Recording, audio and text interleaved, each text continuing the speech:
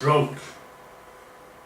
In rehabilitation hospitals, therapists deliver manual therapy to neurological patients. The purpose of this sensory motor training is to induce brain plasticity and to help these patients to learn using their arms and legs again. This therapy includes mobilization, which is a sort of joint stretching in order to prevent secondary complications. It also includes the training of activities of daily living, so-called ADLs, which includes activities like eating, drinking, dressing and others. We know today that the training duration and the training intensity are key factors for a successful rehabilitation in stroke. And one method to provide more and more intensive training to these patients is to use robotics. So with these devices, we can offer a longer training duration to our patients, we can increase the training intensity, we can have quantitative outcome measures, and we can use these devices as a tool to study impairments. This is true for both the lower and the upper extremity robotics. Let's first talk about robot-supported arm therapy.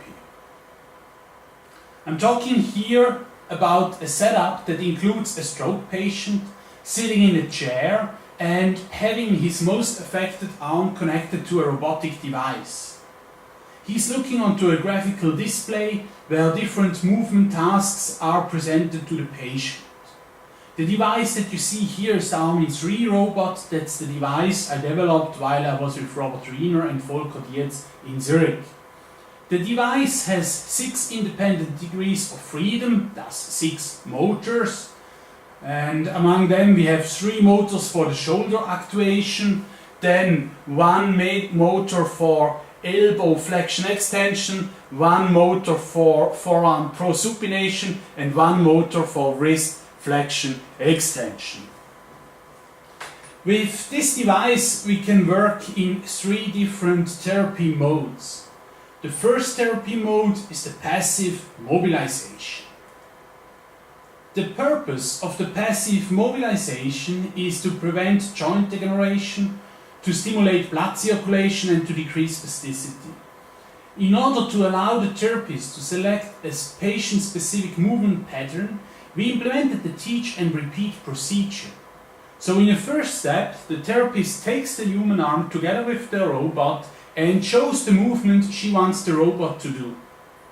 During the teaching, she feels the resistance of the patient against the movement, which allows her to select an appropriate range of motion. The device records and stores what the therapist is doing and repeats it afterwards. We use the passive mobilization as warm-up, typically during 10 to 20 minutes at the beginning of a therapy session. From an engineering point of view, the teaching phase is quite interesting, since the therapist should only feel the resistance of the human arm and the robot should behave like it wouldn't be there.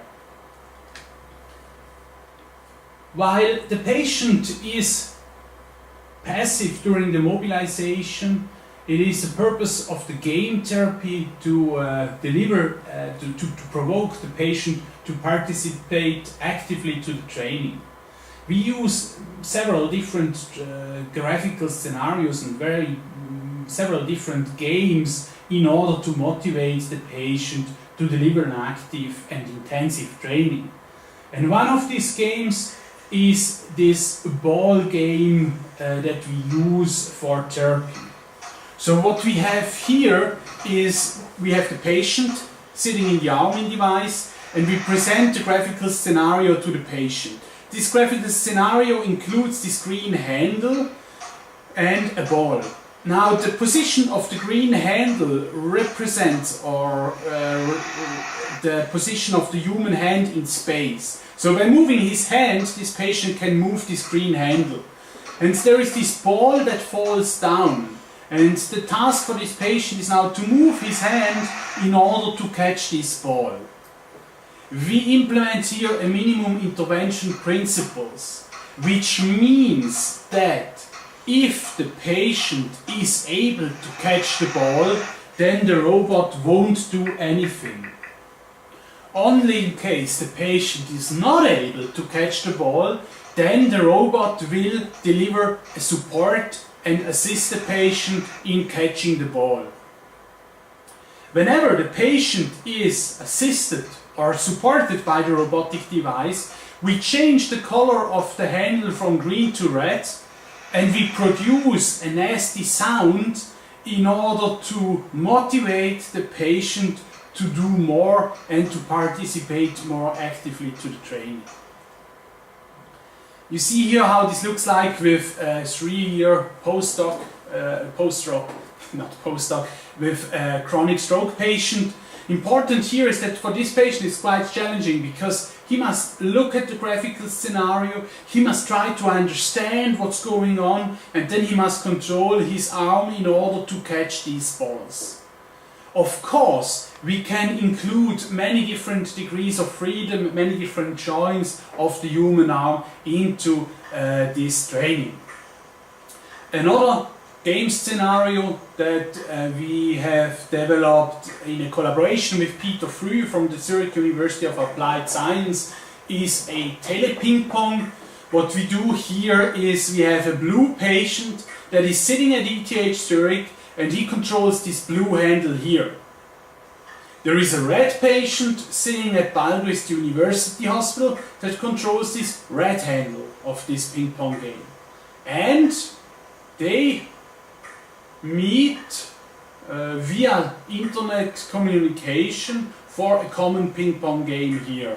The purpose again is to increase the training motivation and to add a therapist independent social component to the training. The third therapy mode is the ADL training modes. Here we simulate activities of daily living on the screen and help the patient in learning them. As an example, you see here a cooking scenario, and you see here a virtual arm, this one here, and now the movement and the position of this virtual arm here represents the actual position of the real arm of the stroke patient. And the task for this patient is to cook these potatoes. And what the robot does here is he sees or he measures what the patient is doing and supports the patient as much as necessary in order to execute this task.